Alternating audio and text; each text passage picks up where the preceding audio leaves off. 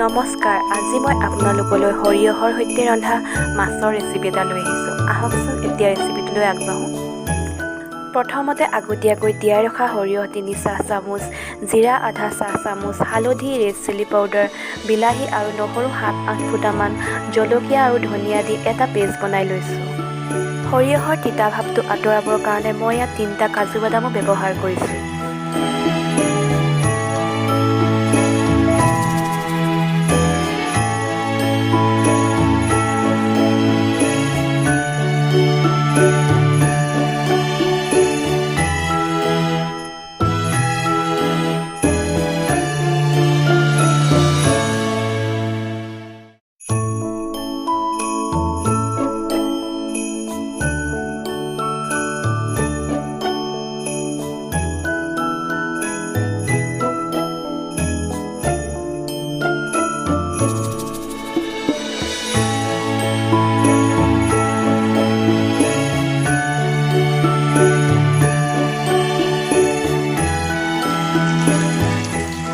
তাৰপিছত মাছ ফ্ৰাই কৰি লৈছোঁ।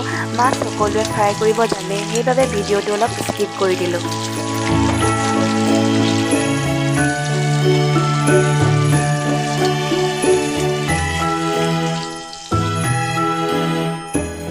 এতিয়া মাছ ভজা তেলখিনিতে এটা মিডিয়াম চাইজৰ পিঁয়াজ কাটি দি লৈছোঁ।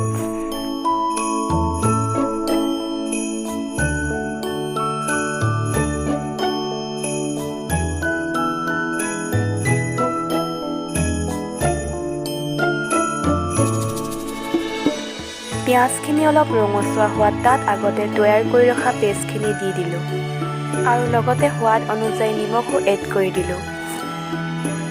এতিয়া পেষ্টখিনি ঢাকোন লগাই 5-6 মিনিটমান সময়ৰ কাৰণে ভালদৰে ভাজি ল'ব লাগিব।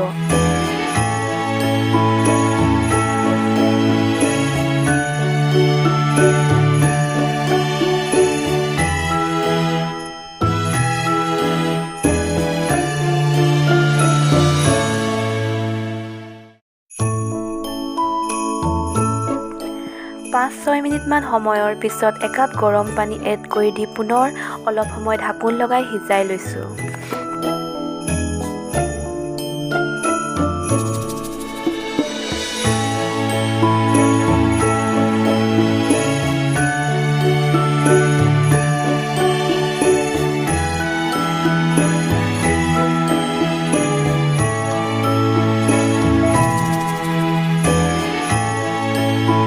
তাৰপিছত মাছ কেইটুকুৰা দি পুনৰ 3-4 মিনিট সময়ৰ কাৰণে ভালদৰে আটাইখিনি উতলাই ল'লোঁ।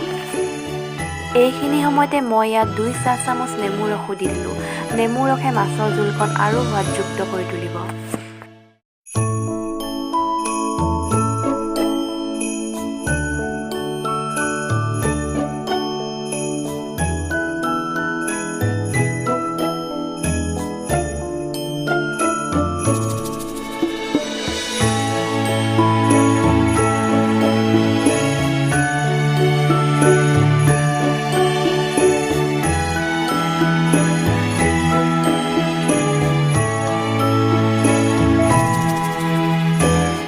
শেষত অকণমান ধনিয়া পাত ছটিয়াই দিছোঁ।